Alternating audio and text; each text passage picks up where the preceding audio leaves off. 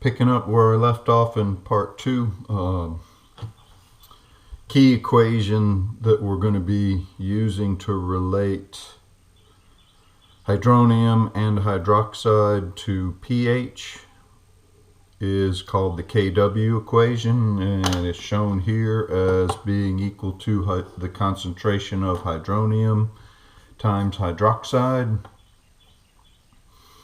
And recall, or hopefully the last video showed, that we're talking about the reaction of water with water, and one of the waters could act as an acid and one act as a base, and thus we're going to get a proton transfer from the acid to the base. And if the proton from the acid goes to the base, we're going to form hydronium and hydroxide. And the hydronium would be the conjugate acid of the water acting as the base, accepting the proton. And the conjugate base, hydroxide, would be the conjugate base of the water acting as an acid. And recall that the proton is hydrogen in its +1 state, and acids are those molecules that have them and tend to give them away. And that's the Bronsted-Lowry definition of an acid, is that they are proton donors. And then if we add a proton to water, we get the conjugate base, hydronium. If we subtract the proton from water, we get the conjugate base, hydroxide, of this water. And importantly, the brackets imply molarities, and to get to pH, we always need to use the molarity of hydronium to get to pH. And the greater the hydronium, the lower the pH. And what we're trying to do is understand the pH level and why, as it goes down, we say we're more acidic, and as it goes up towards 14, we're more basic or less acidic. So again, as the hydronium concentration were to go up, the pH would fall, and we are headed towards 0, and that's more acidic. The value of KW, which for our purposes we're going to say never changes, is 1 times 10 to the minus 14th, and if that's true and it's always equal to hydronium times hydroxide, then you can see that these two change each other. This reaction is again a special case where the hydronium and hydroxide are simply coming from water, nothing else is present. So then the amounts of hydronium and hydroxide must be equal to each other, so we could call them both X for unknowns. And we're trying to solve for pH, so again we're really looking for hydronium, but since it's equal to hydroxide, then we can get X squared equals that same number. And then the square root gives us 1 times 10 to the minus 7th for X. And X, remember, represents hydronium. And in this case, it also represents the concentration of hydroxide. And when hydronium and hydroxide are equal, we would intuitively expect to be neutral, pH 7. And mathematically, if we want to calculate pH from hydronium, we now know the hydronium, so we would plug in to that equation 1 times 10 to the minus 7th where we see hydronium, and you should be practicing on your calculator to be able to get that level of hydronium to a pH of 7 and confirm that it's neutral. Tying up some loose ends, this is of course an equilibrium constant, so this equilibrium reaction is said to be largely shifted towards products. It should come as no shocker that if we only have water and water, it's water, mostly. There's a little bit of hydronium and a little bit of hydroxide in pure water. How much exactly? 1 times 10 to the minus 7th and 1 times 10 to the minus 7th. And strangely enough, you can calculate the molarity of water and it comes out to close to 55 molar.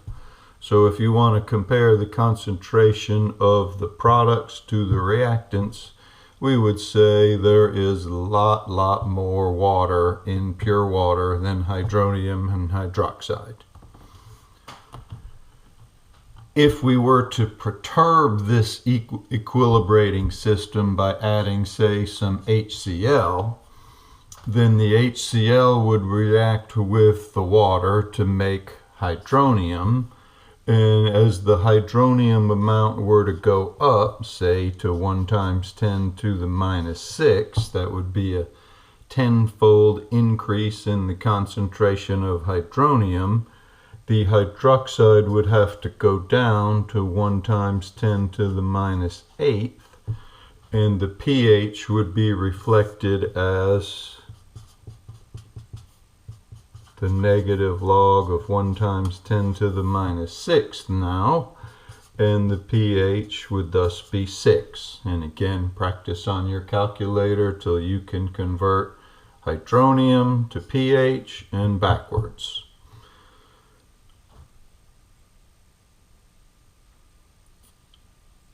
That would be an increase in 10 times the acidity of hydronium, or concentration of hydronium, and a decrease in the basicity, and 10-fold increase in hydronium results in a drop of 1 value of pH.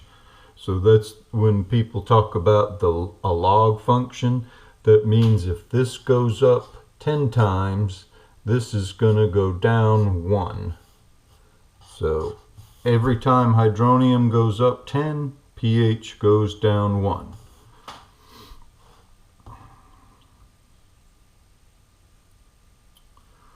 And one thing to tie up from part 1 video that I didn't cover was mechanistically how ammonia, when it reacts with water, forms ammonium and hydroxide. So to review, Arrhenius would say if we know ammonia is a base and we know it's not a strong base, then it must be a weak base. According to Arrhenius, all bases, whether they're strong or weak, when reacting with water, form some hydroxide.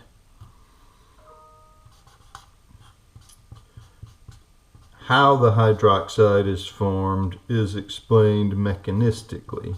So using Lewis structures for ammonia and water, the way ammonium and hydroxide could form is if the lone pair on the nitrogen of ammonia picks off the proton from water, and the covalent electrons in the OH bond head towards the oxygen of water, and that would form hydroxide and ammonium ion. So this is a mechanism, and it shows how the proton is transferred. So intuitively not obvious, because when we say a proton is transferred, what's really happening is the lone pair is grabbing the proton. So in a mechanism, just remember that mechanisms show movement of electrons, so the proton simply moves in the opposite direction that your mechanism is. And lastly, the Kb for ammonia, oddly enough, is 1 times 10 to the minus 5th. So the pH of a 1 molar ammonia solution would be somewhere around pH of 12. And check your math, you should be able to convert pH back to H3O, concentration to give you 1 times 10 to the minus 12. And that would mean that the hydroxide would have to be 1 times 10 to the minus 2.